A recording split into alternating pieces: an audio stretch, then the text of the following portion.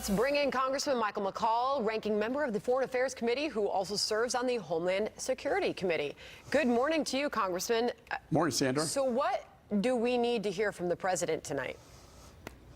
I think he wants to give a speech about American greatness and talk about the things that unite us rather than divide us, whether that be trade, infrastructure, protecting the American worker, the INF treaty with Russia, China negotiations, and I think he's going to announce also he's going to sit down with Kim Jong-un in Vietnam as well. But when it comes to border security, I think that's an issue that if you look at the issue overall, most Republicans and Democrats agree with the idea.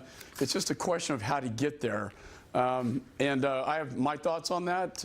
I think the Secure Fence Act authorized what has been put down there in terms of steel bollard fencing, most of that during the Obama administration. And it seems to me that Nancy Pelosi is so dug in that she's putting politics over national security.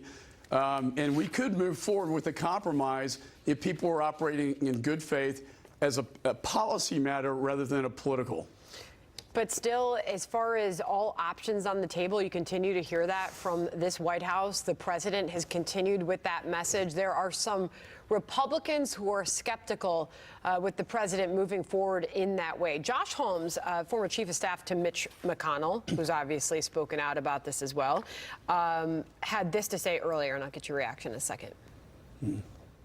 The conservative part of the Republican conference has grave fears about a president unilaterally declaring emergencies. You can see, if we have a president of another party, how something like climate change could invoke huge economic catastrophe upon the American people just based on ideological grounds. And so there's huge reservations for that.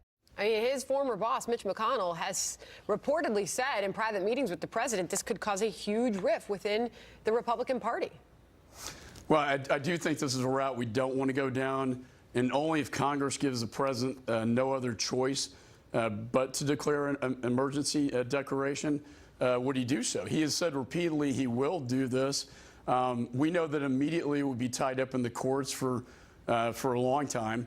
And so I hope this conference committee, the appropriators, can get something done, put the politics aside, and get the. We all know how to get this done. I've been dealing with this for 16 years in Congress. And before that, as a federal prosecutor, we know how to do this. We got the experts telling us how to do it. Let's just get the job done so we don't have to force the president's hand on this emergency declaration. Well, the deadline quickly approaching there, facing another shutdown. You mentioned the possibility of a Kim Jong-un, President Trump summit. Number two, Jack Keane said this earlier about that possibility. One thing that we could do is what you suggested, and that is end the armistice, end the so-called Korean War, which has never been a peace treaty over. That would indeed be a deliverable, but they have to make some significant concession to us. Concessions from North Korea. If there is another summit, you expect an announcement from the president tonight? I think my early indications are that he will announce a meeting with Kim Jong-un in Vietnam within the next month. And I think this is a very positive development. I agree with Jack Keane. I think I have a lot of admiration and respect for him.